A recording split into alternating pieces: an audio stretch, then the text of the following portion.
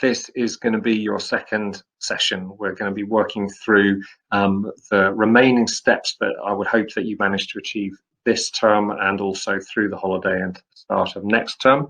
So hopefully that will be helpful to you. Sorry, things are moving too fast here. So what you should hopefully be doing or have done already is to have received some feedback on your initial ideas, and then turned that into a formal proposal of your project. I've noted that you can reuse material, copy and paste it from the previous form if you want to, but this should have been done. You should have identified a proper title for your project. Remember, you can keep changing this as the thing goes on, but it should be at this stage something that looks like a question or a title or a hypothesis. Should have identified some initial sources, said why you're interested in it, and that's pretty much it. It's a very simple form. Remember, there's a bit at the bottom where you have to put your subjects in as well. And then your supervisor would respond to that. They'd pass it to me, and I'd do a final response, part C response. And then you are good to go. You're officially approved to do an EPQ. Until that's done, you're not officially approved to do an EPQ. Okay, so it's really important that we get this out of the way before the holiday, if we possibly can. Just a few things to recap from our conversation last time in the first video, which I hope you watched. Firstly, this is the equivalent of half an A-level and at the standard of a full A-level, so you really do need to throw some proper time at it and consider it one of your regular scheduled commitments.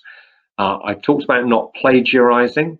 That's really, really bad. Steal someone else's words or ideas and you will get 0, both now and at university. I've recommended that you keep a journal. This isn't a required thing for you to hand in. In fact, you're not actually allowed to hand in a journal, but the logbook, the Project Q logbook, is meant to function rather like a journal, a diary of your discoveries and issues and problems and challenges and solutions. It's just rather hard to be constantly going in and out of Project Q. So it's much easier to have a notebook in which you note down regularly where you're at, your plans, your thoughts, your discoveries, your challenges and problems and solutions. And also maybe reflections on each of the books that you read or articles that you read, so that you're thinking constantly about the quality of your sources too. Separately to that, it's absolutely critical you maintain a bibliography. That's required. You must list every source that you use following the rules that we've given you in the handbook. Referencing is also critical. If you use any statistics, people must be able to fact check them against the original source. And if you use anybody else's words in a quote or other people's original ideas, you have to be able to say where you got them. And that means the page number you got them from. So you should be writing down page numbers alongside any quote or anything that you might want to use in future, because otherwise it'll be an absolute finding a needle in a haystack to go and find that later in order to do so. Well, I gave you some advice on intelligent searching and determined searching, not giving up too easily. And that means if your search in whatever system yields too few answers, then you need to think about tactics for broadening it out. That might be using abbreviations of words with wildcard symbols, use the asterisk as a wildcard, or using variant words to broaden out. It might be if you get too few things, thinking about multiple different words, or if you get too many, thinking about combinations of words that would narrow it down. It might mean if you find the name of an author, then looking at that author on Amazon and thinking, people who liked this, they also like that. It might mean if you read a book that's good, looking at the people that are referenced in the index or somewhere else and looking them up on Google Scholar to see if they've written anything, etc. You follow breadcrumb trails. If somebody mentions a person as having a good idea, you look up that person. If they mention someone else, you look up that person. You follow where the clues lead. Okay. And finally, using academic sources and using them critically. So by academic sources, don't just use Google. That will always prioritize things badly for you. Use Google Scholar where possible, because it will prioritize things according to academic criteria. Use things like the Directory of Open Access Journals, which provides you with free access to lots of academic papers, and JSTOR, which provides to the academic journals that charge money. I'll say more about that in a second.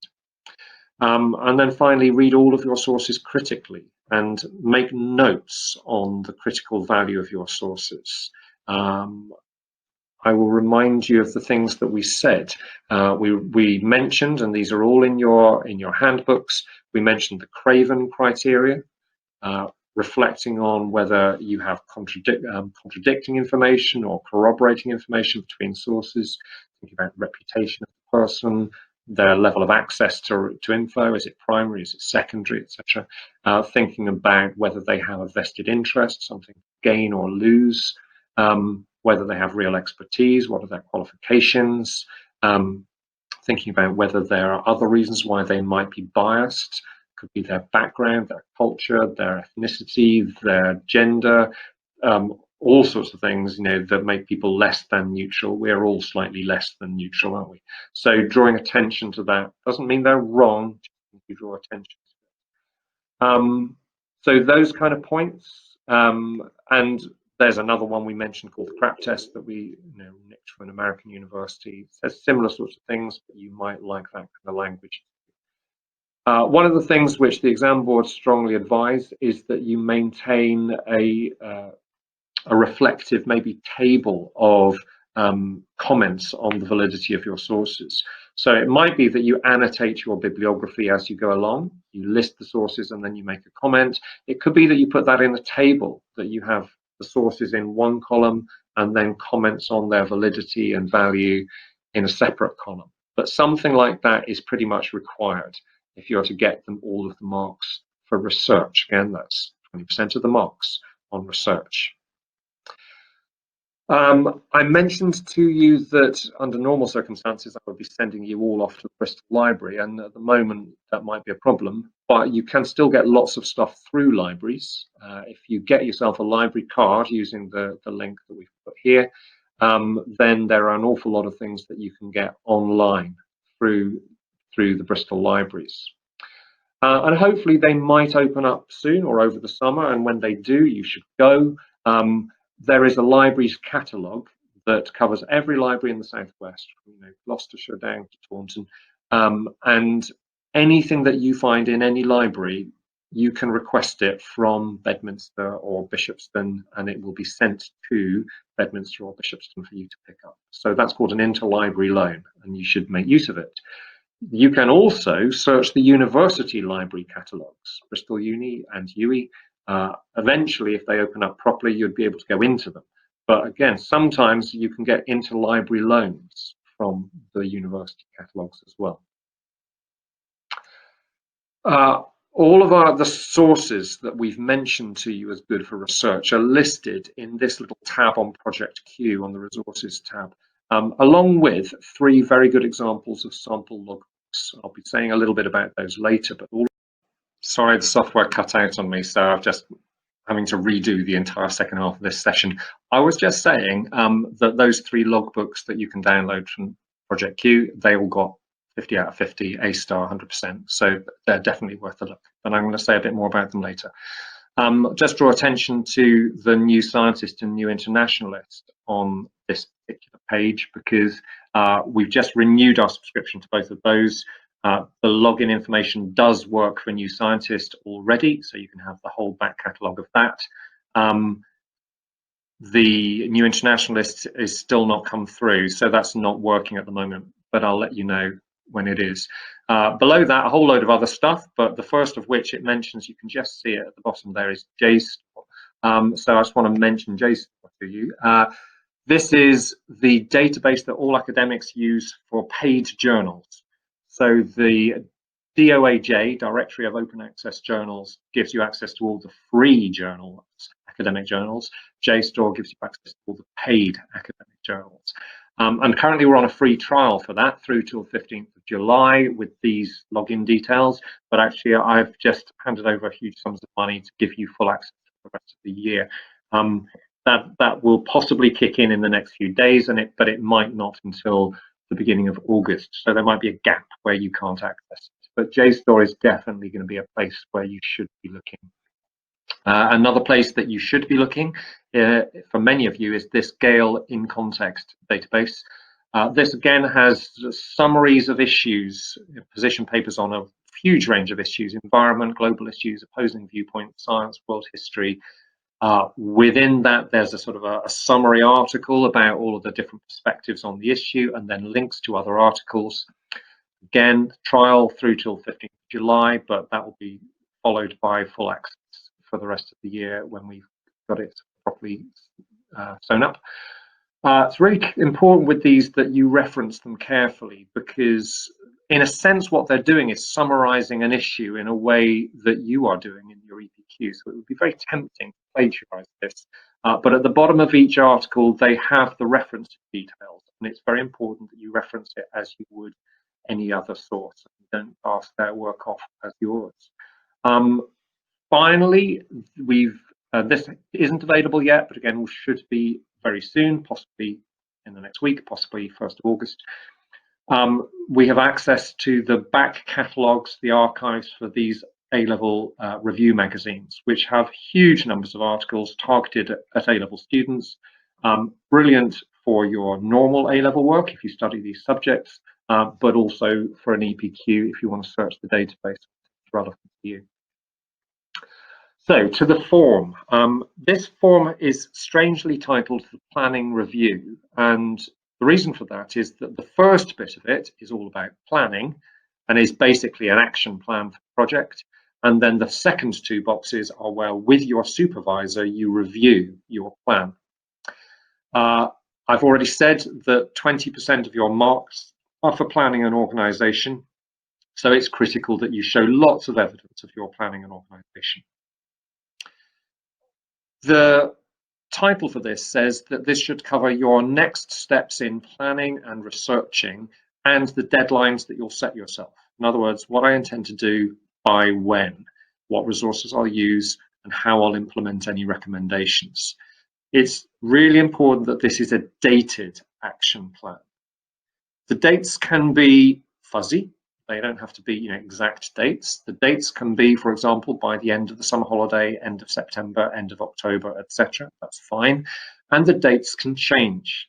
If you set out a time plan in one way and then it all goes wrong or something changes or your whole direction changes, that's absolutely fine. Remember that at the mid-project review, you can change your title, you can change your time plan, you can change your aims. That's all fine, but you have to explain why and explain what you've done instead.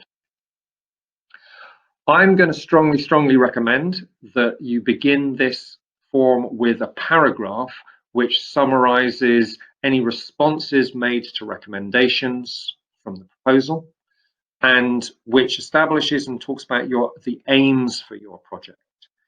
Use this word aims because the exam board are very keen on it, and the aims of your project sit below the level of the title. The title is a very broad brush question or whatever.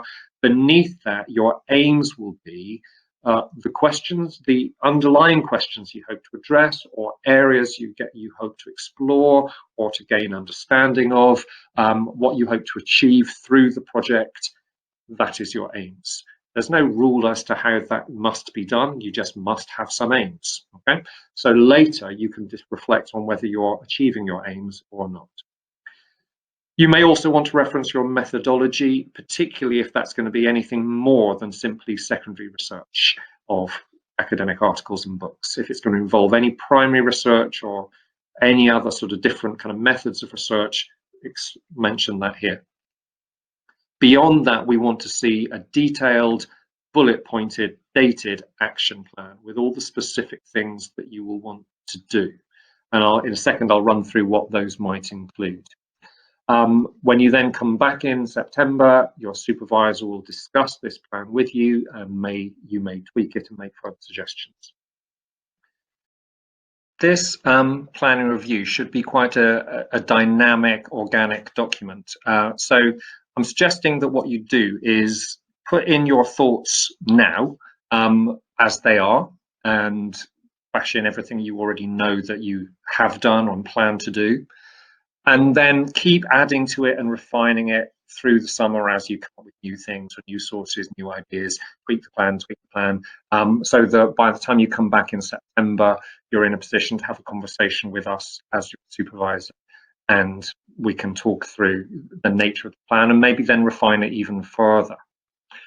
So what comes next? What should go in the top half of that section, specific sources and books that you've already identified that you know you're going to read, and by when, particular institutions you might want to contact, maybe libraries you're going to explore, databases you're going to explore. You know, you're going to look at Amazon, at Google Scholar, at DOAJ, at JSTOR, at New Scientist. You list things that you're going to use and when you're going to look at them. Then beyond that, you might want to go for particular areas that you're going to research at particular times. That would be fine if you wanted to do that. If you're going to contact anybody, particularly with primary research, it's really important that you plan that carefully. So what we sort of want to see is you thinking, when is the end date for the research need to be? And therefore, when would a questionnaire results have to be available, be analysed? And therefore, when would it need to be done? And therefore, when would a pilot need to be done on a sample so I can test it out and refine it? And therefore, when would that need to be discussed with my supervisor? So you phase the planning towards, you know, there is really no point doing primary research if you don't do it well. As you get beyond the first few months, your plan is likely to get much fuzzier. And so in the end, latter stages, it might simply be marker points through to completion. We suggest that we will be asking you to, by the end of September, write a 500 to 1,000 words summary of where you're at. That might not be the first 1,000 words of the essay. It might just be a 1,000-word overview of your understanding so far, or summary of your research so far. But that's the basis of conversation then with your supervisor. If you can have done that before the end of the holiday too, even better. In October, we'll be getting you to do a mini presentation to the group. That's partly to practice the skills, but also so that it makes you start to think about your topic in a structured way along the lines of the slides of PowerPoint. So that can help with your planning. We strongly suggest that you have the bulk of your research out of the way by the end of November and an essay plan in place by then. And that forms the basis of mid-project review, at which we can refine your timings, we can refine your title, and you're all set then to complete on schedule. Some of you might have done the whole thing by that Christmas, and that would be phenomenal. But all of you, we would ideally want to have done the whole thing by the February half term, because immediately after that, you will have mock exams. And so we need everything else off the table by then if we possibly can. So that means having a final draft in, to look at with your supervisor, and then a complete final submission. Somewhere around then you'll make a presentation. That might have to go beyond half term, but sooner the better, to be honest. So as far as the form is concerned, what should it look like?